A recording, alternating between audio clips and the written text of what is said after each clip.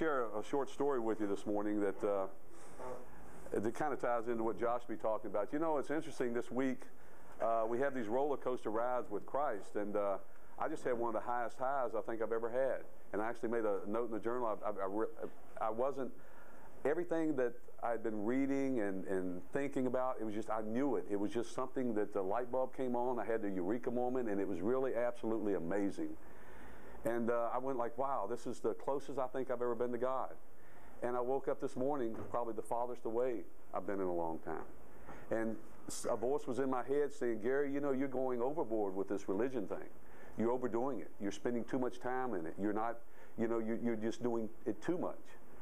And I almost believed that. I was thinking like, wow, where is that coming from? Maybe I am losing it. Maybe I am going overboard. And that was Satan trying to lie to me, to not pray consistently, to kind of think about other things like worldly things and stuff like that.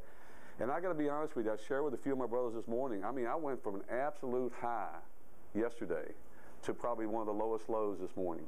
And that was a lie that Satan was trying to get me to believe. And perhaps maybe if I was a little bit younger or a little bit sooner in my walk with Christ, maybe I would have bought into that. But I just had to keep fighting it and saying that's not true. I want to get closer to God. So I know that He's going to use that I'm sure that happened for a reason. It's a little difficult spot to be in, to be honest with you, but that's just where I am. So Josh is going to be talking about feeding lies versus feeding the truth. And that was an example right there, and I almost wanted to believe it. Maybe I was getting a little overboard. Maybe I was overdoing it. But that's not true. I just want to do it more. So with that, I'll give you Josh. It's my week? Isn't it your week? I thought it was somebody else's week. Steve? I don't have a week today. Maybe it's not your week. Well, Stephen, you want to fill in? I'll give it a try. All right. No, that's a lie. It's my week. Unfortunately, no. I'm really honored to be here this morning to be able to maybe share some truth with all of us, with myself.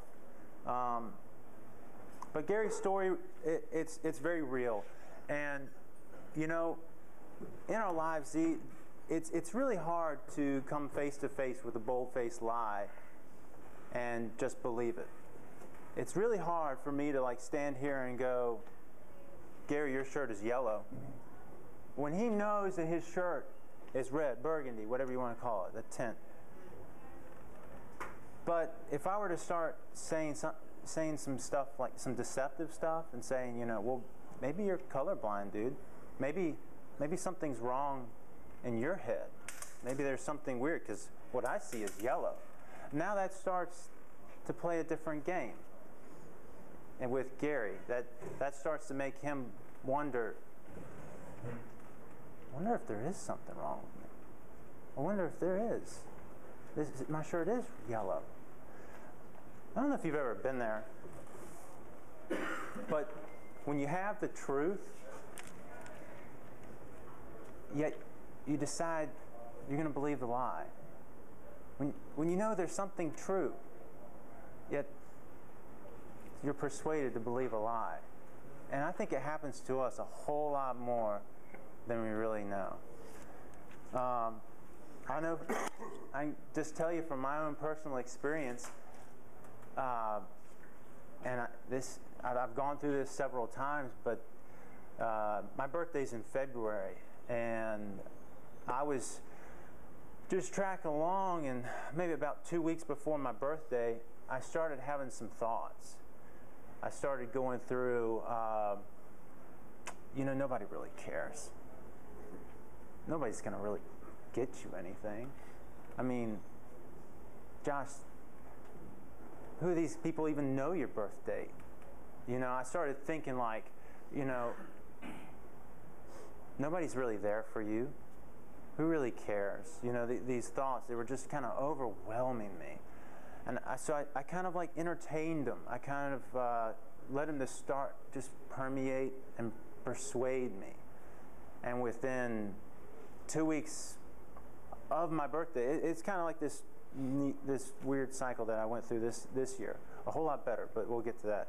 So 2 weeks, I dealt with this persuasive, this deception, these lies kind of permeating me. And then for 2 weeks, I didn't just allow them to be around me. I allowed them to be in me. I took them on, and I started believing them, and I started feeding them. And the means that I started feeding them was, one, I extracted myself from God's truth, and I extracted myself into my nice cold mountain that I like to get on. That if anybody were to speak even a caring word to me at that point, it's like, yeah, right. Prove it. I don't believe you. And I started, and the biggest thing for me was listening to some music that I used to listen to before I was born again.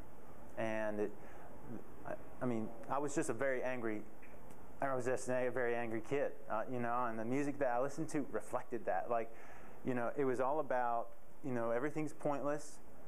This world there's no point to it. You have no point. Your life, nobody cares about you. Basically, you hate everything. And so I lived in this microcosm of just feeding that lie when I was growing up. And so that it was in me. And in February, it started to muster some ideas to muster that thing back up. And so I was listening to that music, man, and for 2 weeks I was just eating it up. It kind of started making me feel like that was truth. But thankfully, through community, through the fact that there's some brothers that do care about me, they do have those hard conversations with me. Stephen Dunn, I know I've sat down with him. We talked one time. David Hawks, we've talked. We talked through this, and slowly but surely, God's Word, His truth, through men of God, through other means, started permeating me. Started really battling with that. And once I kind of dug myself this nice hole and kind of got down in it, I started liking it. I liked it so much that when God's truth came to me, I didn't want to climb out. It was hard. It was like, that's going to be too hard to climb back out. I like it right here. I like believing that nobody cares. Because you know what? I don't set myself up for defeat. I don't set myself up for disappointment. You can't disappoint me because I already believe you don't care. So you can see where, it's really, you can see how far this stuff took me. Well, I just want to share with you a story from Luke. And this really captures, I think, a little bit of what I went through, and it's meant something to me. In Luke 7, John the Baptist, he's quite an outspoken dude, wasn't he? He was so outspoken, he was willing to speak against King Herod. And King didn't like it, and he threw him in jail. And he was serving some time there.